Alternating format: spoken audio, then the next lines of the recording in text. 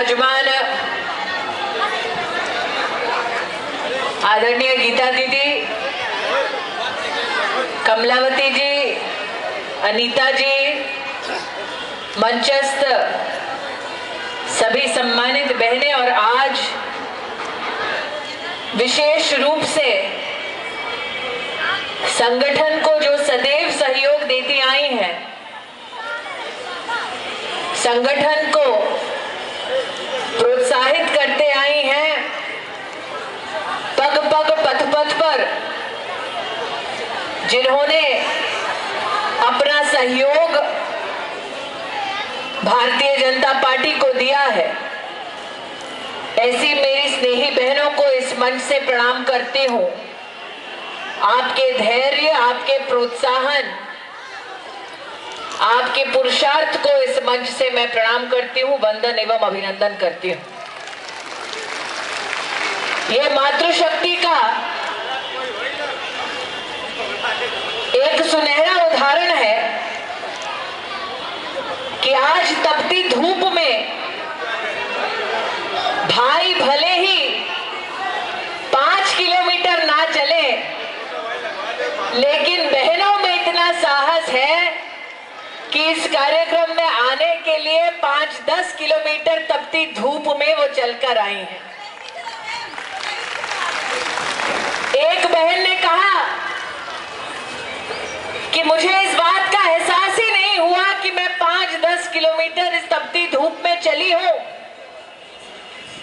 और शायद यही इस बात का संकेत है कि सालों साल बहनों ने हमारे संगठन को सशक्त करने के लिए छोटे से छोटा बलिदान देने में भी कोताही नहीं की है। कभी संगठन के किसी कार्य अथवा कार्यक्रम से अपना मुंह नहीं फेरा है, और आज संगठन की इस शक्ति को देखकर आपके चरणों में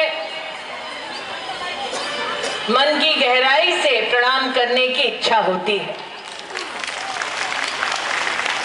जो बहनें आज यहां उपस्थित हुई हैं, उन बहनों को जिम्मेदारी दी गई है कि हर बूथ पर जाकर मोर्चा संभालो। उन बहनों को जिम्मेदारी दी गई है कि हर परिवार के हर सदस्य से जाकर निवेदन करो कि भारतीय जनता पार्टी के पक्ष में, भारतीय जनता पार्टी को समर्थन देने में आप अपना वोट दें। और बहनें जब परिवारों से मिलने जाती हैं तो क्या क्या वेदनाएं उनकी सुन के आती हैं। आज जब ये सूचना भी मिलती है तो कई बार दिल ठहर सा जाता है। ये वो उत्तर प्रदेश है जिसमें झांसी की रानी की गाथाएं गाई जाती थी, और आज इसी उत्तर प्रदेश में बेटियों को घर से बाहर निकलने से पहले 10 बार सोचना पड़ता है कि शाम को सर उठाकर घर लौट पाएंगे या नहीं। माताओं को यह सोचना पड़ता है कि बिटिया अगर घर की दहलीज लांघती है तो सम्मान सहित शाम को घर लौटेगी या नहीं। प्रश्न ये उठता है कि जब वोट देती है महिला तो इस वोट के एवज में उसे डर की प्राप्ति होना कहां का न्याय है। आज उत्तर प्रदेश ने इस चुनावी बेला में एक ऐसा अद्भुत दृश्य भी देखा है कि समाजवादी पार्टी की एक नेत्री जो यादव परिवार की बहू है, अखिलेश की भाभी है, उन्हें अपने लिए वोट मांगने के लिए प्रदेश की राजधानी में परिवारों को आश्वस्त करना पड़ता है कि आप चिंता मत कीजिए, मुझे वोट देंगे तो भय से रहित, भ्रष्टाचार से रहित, आतंक से रहित विधानसभा में आपको दूंगी। यह अपने आप में इस बात का संकेत है कि स्वयं समाजवादी पार्टी के नेता ये जानते हैं कि समाजवादी पार्टी के राज में भय, भ्रष्टाचार बढ़ा है।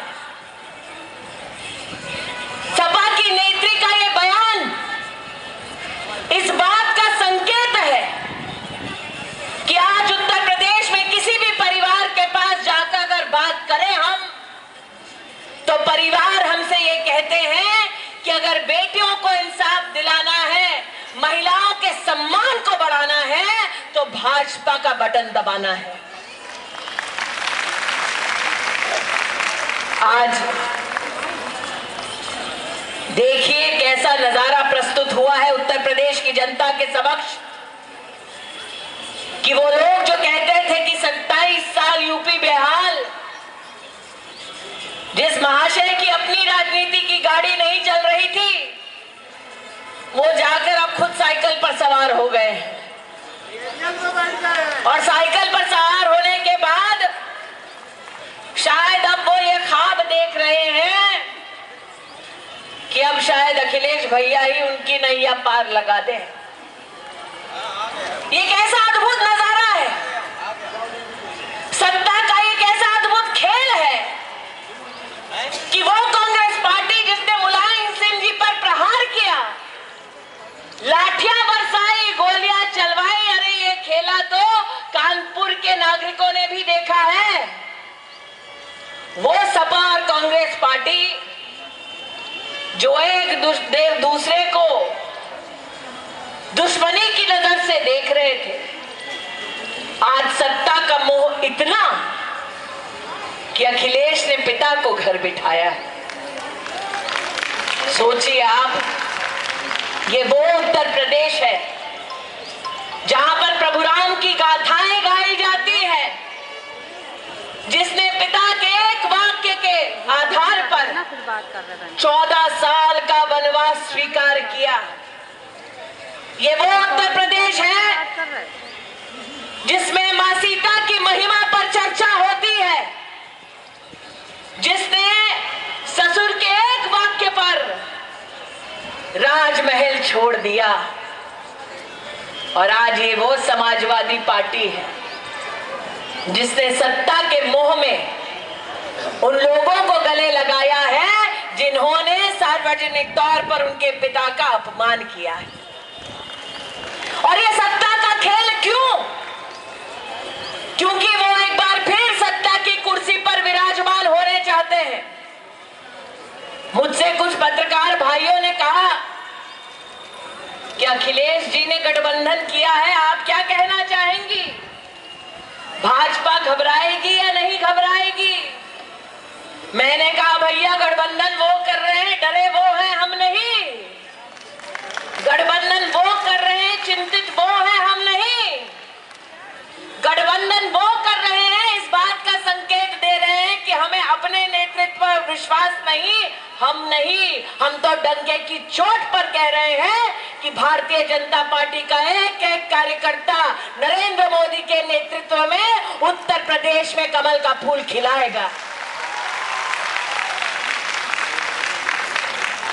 और क्यों विश्वास है कार्यकर्ताओं को इस बात का?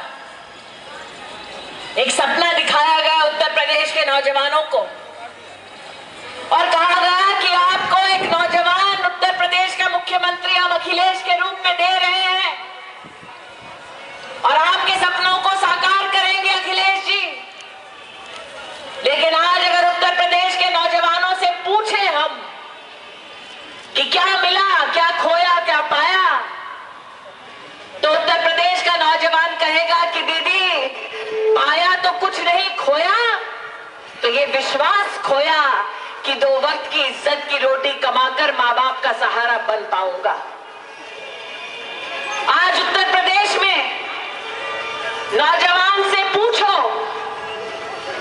कि आपको कम से कम सरकारी नौकरी दिलवाने में तो अखिलेश जी इतने सामर्थ्य रखते हैं कि आपको वो नौकरी दिलवा दें, तो नौजवान आपसे कहेगा नहीं दीदी, सरकारी नौकरी मांगने के लिए भी लक्ष्मी मां के दर्शन करवाने पड़ते हैं। आज बेटियों से पूछो कि अगर समाज में कोई विधवा बहन है